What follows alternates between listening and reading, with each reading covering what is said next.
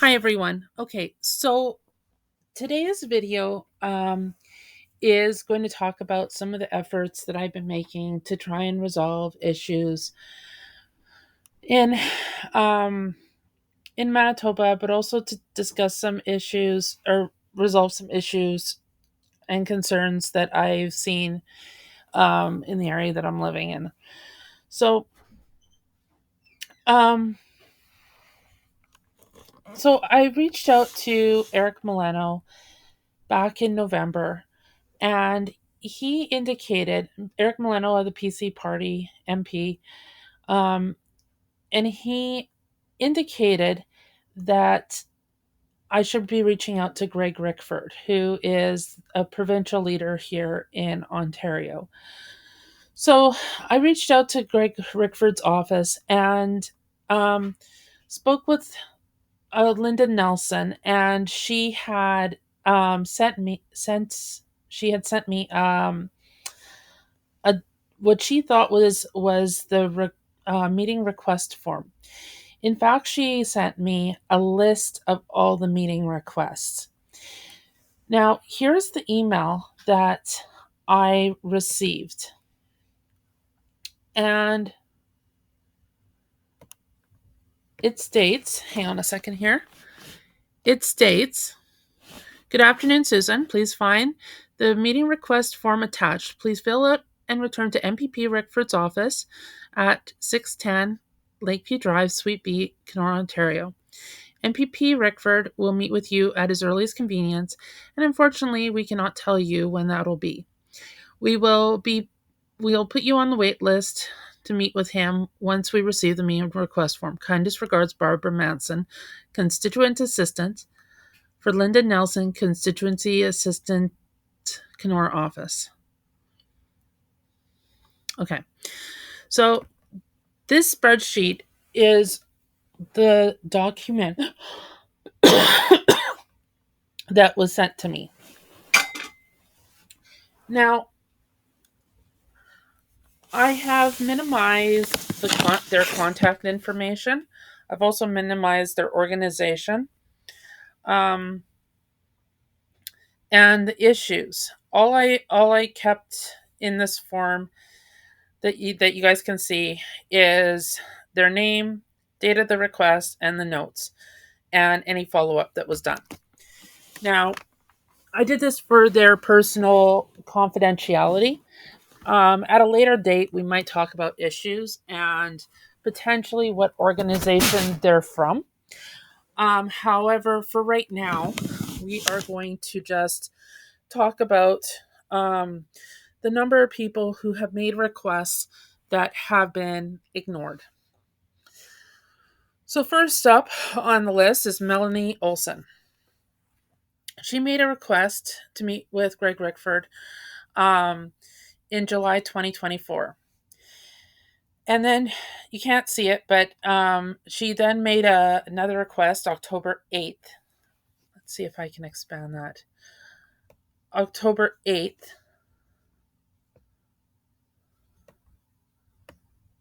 Yeah.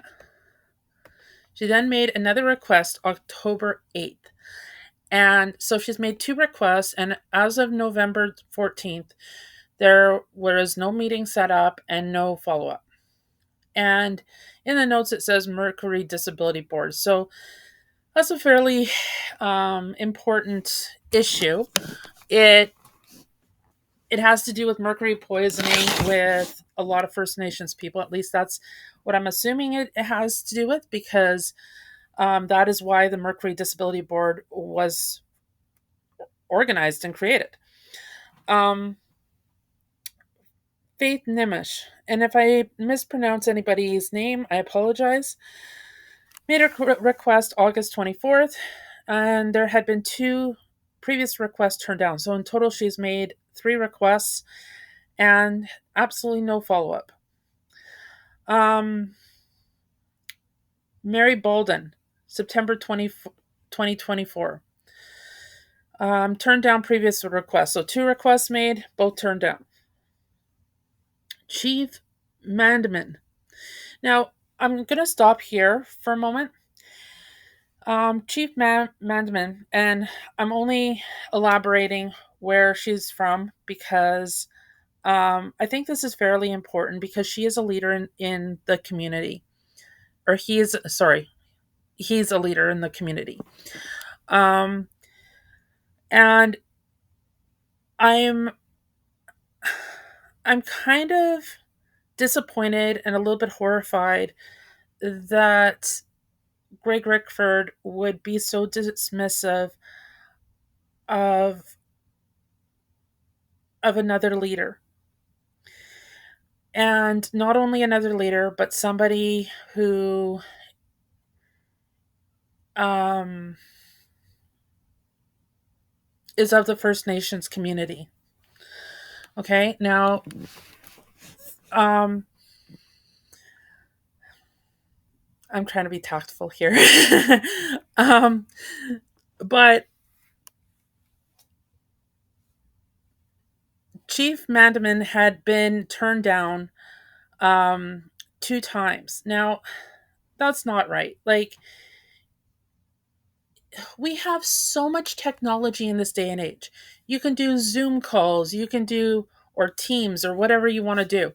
You can pick up a phone there, um, or meet in person. I mean, ideally, of course, you want to meet in person, but we have so much technology in this day and age. There is absolutely no reason why so many requests are being turned down, or some of them not even acknowledged, like mine. Um, Fred Green, September 2024 he made the request. It looks like this one was pending. Alicia Rogerson, September 2024. Looks like this one's pending too. And I'm assuming they're pending because if you scroll down right to the very last one, it says January or February. So he had intended to make a meeting in January and February for this person, and there's no follow up on any of these names. So all these names, I am assuming, um, never got granted meetings, especially seeing that the majority of them have been turned down. And some of these names are coming from people that are part of organizations like Treaty 3 Police, um, First Nations community leaders, um, and other very important leaders in our community, a doctor. And it is very, very disappointing that if you're going to if you're going to run for office in a community and you want to be a leader of that community, it is so important you engage with the community members, the activists of society, the people who are trying to make a difference, trying to make community a better place. And I don't see Greg Rickford doing that. And I mean, like, the evidence is there just by this spreadsheet alone. Um, Dan, uh, I'm not, I don't know how to pronounce that name. Danica? For, I'm just going to say Danica F. Um, 3 requests turned down. It says um, two down, turned down 2 previous requests. Um, the next name, John Harbottle, turned down previous meeting. You know, like, so, I mean, I realize I'm not the nominal, the, um, sorry, I'm not the only one whose request has been turned down, but at the same time, why can he not make time for anybody who needs to talk to him about issues? Um, at least that is the perception he is giving off to me. Now, this leads me to um, another idea I've had of mine. So right now, I'm not working as a social worker. I am just a regular Canadian citizen with all the rights that entails, such as the Canadian rights, freedom of speech, freedom of media, freedom of expression. So, um, I am going to be starting a new um, YouTube platform, and I'm not quite sure what I'm going to name it yet. So, but it's going to be starting after the election. And as soon as the election is called, I'm going to give it 48 hours and then I'm going to start the YouTube channel up. And it's going to talk about Northwest Ontario's the issues in the area and um and primary focus on Kenora. Now, Greg Rickford, um you can squash this idea just by meeting with me. I mean, believe me, I've got better things to do with my time than going around Kenora and Ontario with a camera and or well, if people want to be videotaped or even writing and talking about all the different issues. I mean, as much as I am an activist, I also like to have a personal life too. But there are things that really do need to be addressed. And in the last year, there has been a lot of things that have been affecting me personally, and I am trying to get them resolved.